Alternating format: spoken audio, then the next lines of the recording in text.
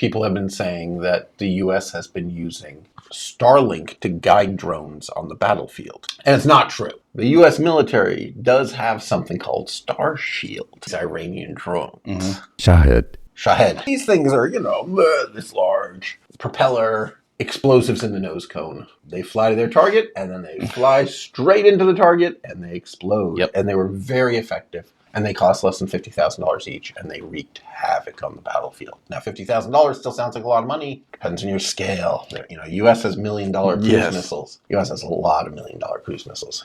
U.S. has missiles that cost a lot more than that. The fleets are probably heavy right now. Yeah. The U.S. apparently largely copied the design. That shocked me, yes. Right? They got it right. So the U.S. now has a drone called Lucas. But on the Lucas, apparently, rumor has it, what do I know? They're putting StarShield antennas. So they're linked to the thing through the satellite network and can guide it all the way in. And that's why StarShield became StarShield. Everything else gets jammed, put up a new network. Yeah, I mean, it's somewhere up in the, 12 gigahertz area. It'll get jammed. What's StarShield? So StarShield, from the makers of Starlink, is basically a military-grade defense network that is populated with satellites, but they reside a lot higher than Starlink. And they are not for civilian use at all. Right. So SpaceX launched these things. Yes. I think SpaceX helped design the satellites, right? I mean, there's SpaceX satellites with extra stuff the military wanted. And they're in orbit around 600 kilometers up. The actual Starlink is in orbit around 500 kilometers up. So a lot lower. Funny little thing. So about latency. So 100 kilometers higher. So the speed of light, that's a fraction of a millisecond. But your packet has to go up an extra 100 kilometers and then down 100 kilometers. And then the response has to come up an extra 100 kilometers and down an extra 100 kilometers. And that's assuming the satellites are above you. In fact, if it's way over there, the lines get a little longer. If you raise the satellite 100 kilometers, your packets have to go 400 kilometers further. And that adds up to 1 1/3 milliseconds. Yep. So, not much, but you can measure it, right? Right, If you get 20 milliseconds on Starlink, the StarShield should be 21 milliseconds. So it was put up there by SpaceX. Yes. But they say they have turned it over, and it's now the U.S. federal government runs it, controls those satellites, and they're out until the military tells them to put some more up. Right. Okay. They launch them and turn control over. Okay.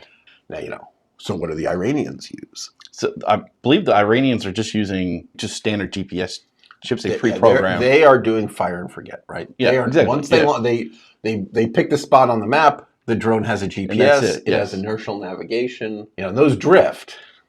They're not perfect, right? Because they're measuring the acceleration. What you want to know is the distances, the integral of the acceleration. And so you're picking up errors at every step. So it'll drift, but it's better than nothing. Neat things, it can't be jammed because it's not using a radio. It's not talking anything, right?